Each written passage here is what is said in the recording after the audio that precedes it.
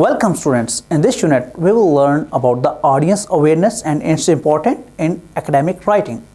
To start any piece of writing, we need to know to whom we are writing and what is their level of understanding and the availability of their time to read. Means how much time they would give to read your writing. Is it an authority reading your application? Or a teacher reading your assignment or academic work, or just a fellow reading your article? In any case, keep it in mind that it should be precise to their level of understanding and expected time he or she will assign to read your writing. Writing in communication is not just a combination of rich vocabulary, idioms, and sentences, but rather it is the one which is understandable and useful to the other person in a timely manner, as we discussed. For example, you are writing an email to your friend who is on vacation in his country. You need to inform him about the unexpected group work assigned by your professor through email. So one way to communicate is, "Dear Tyner, I am disheartened to intimate you that your getaway retreat is coming off abruptly in an unavoidable and emergent scenario where you need to come back before the informed date." This is a complex version and your friend probably will not be able to understand.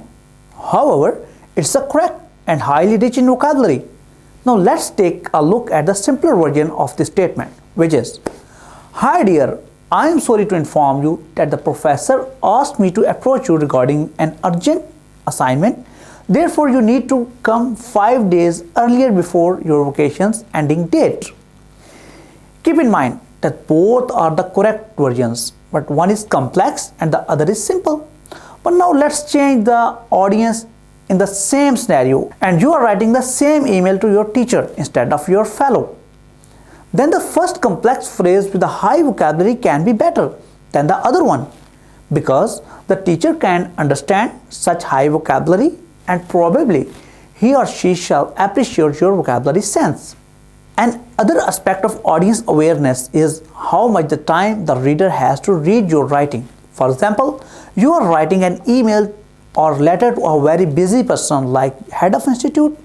You need to be very specific and write only very important points in a concise way so that he can respond you without any problem. Otherwise, it may bother him. Now let's summarize. The first step for writing is to understand your audience, their level of understanding on a topic, as well as language and most importantly, the expected availability of the time to read your piece of writing.